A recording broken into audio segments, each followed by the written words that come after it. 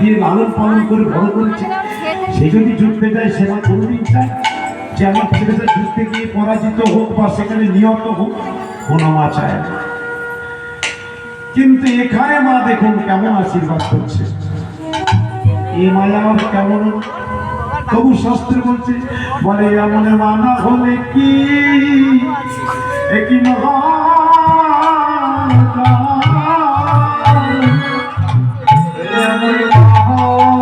হলে কি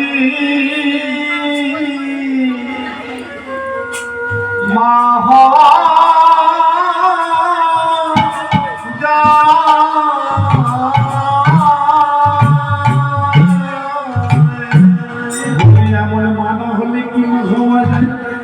কেমন এমা আশীর্বাদ করছে, কাকে আশীর্বাদ করছে? তরুণীকে বলে, তরুণী রে আমি তোকে করি আশিস, এ জন্মে যেন এই রাক্ষসী কুলে